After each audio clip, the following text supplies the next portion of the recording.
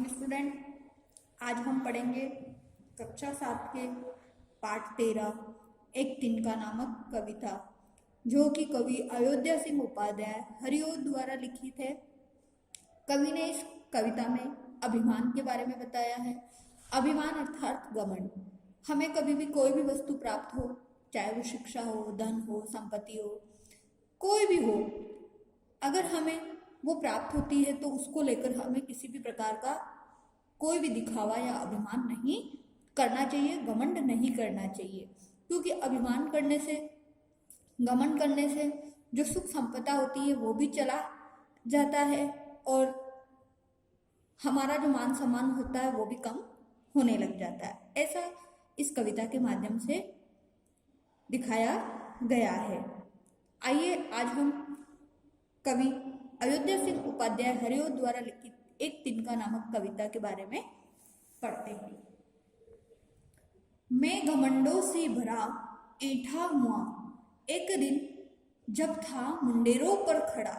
मुंडेर मतलब जो छत की मुंडेर होती है, छत होती है, वहां पर कवि क्या होता है, एक दिन खड़ा होता है बड़े अभिमान के साथ। ऐंठा हुआ, ऐंठा मतलब अकड़ के अंदर, अकड़ के साथ, घमंड के साथ, है ना,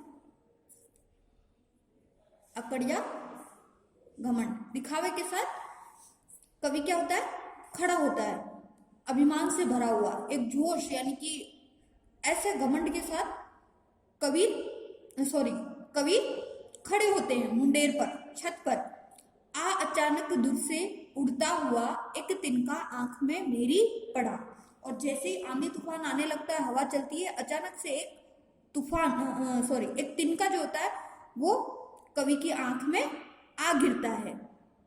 उड़ता हुआ एक छोटा सा तिनका कवि की आंख में गिरता है। जिस प्रकार से वो अभिमान में खड़ा होता है, अकड़ में खड़ा हुआ होता है मुंडेर पर, छत पर, तो अचानक से एक उड़ता हुआ तिनका क्या करता है, कवि की आंख में आ गिरता है। मैं झिझक उठा, हुआ बेचैन सा, लाल होकर आंख भी दुखने लगी। और कवि एकदम से झिझक जाता है, हिल जाता है। जब वो अकड़ में, अभिमान में जब खड़ा होता है तो वहां से वो एकदम से बेचैन हो जाता है, परेशान हो जाता है, हिल जाता है, और उसकी आंख जो होती है वो तिनका गिरने से लाल हो जाती है और आंख दर्द करने लगती है। मूठ देने लोग कपड़े की लगी, ऐंठ बेचारी दबे पाँव भगी। और मूठ मतलब कपड़े की छोटी सी पोटली बनाकर उस पे फूंक मारना, ताकि जिससे वो गरम गरम फूंक लगे, वो आंख में लगाना, और आंख में लगाने से वो तिनका क्या हो जाए, बाहर आ जाए, और वो जो लाल हो रही है वो ठीक हो जाए। तो जैसे ही लोग क्या करने लगे, कपड़े की मूठ बनाकर, कपड़े की पोटली बनाकर मूठ फूंक मारकर कवि की आंख साफ करने लगे, उस मूठ को आंख पर लगाने लगे। ऐंठ बेचारी दबे पाँव भगी। और जो कवि का जो घमंड था, अहंकार जो था, अकड़ जो थी, वो बेचारी दबे पाँव ही चली गई। अर्थात जो अभिमान में जो कवि खड़ा था, उसका वो अभिमान वही चूर चूर हो गया।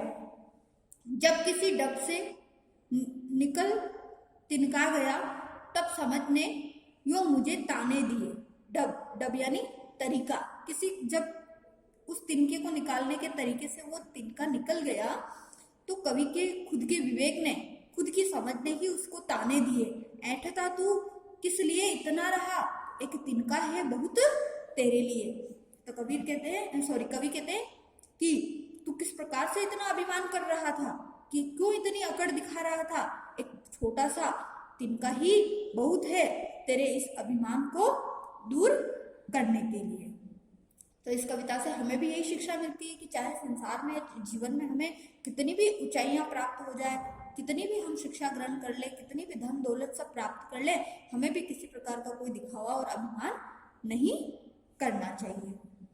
तो आज का जो आपका होमवर्क है, इस कविता को ध्यान से पढ़िए, इसकी व्याख्या करने का प्रयास कीजिए, और नोटबुक में आप इसकी व्याख्या लिखने का प्रयास कीजिए। Thank you so much. कविता को वापस आप ध्यानपूर्वक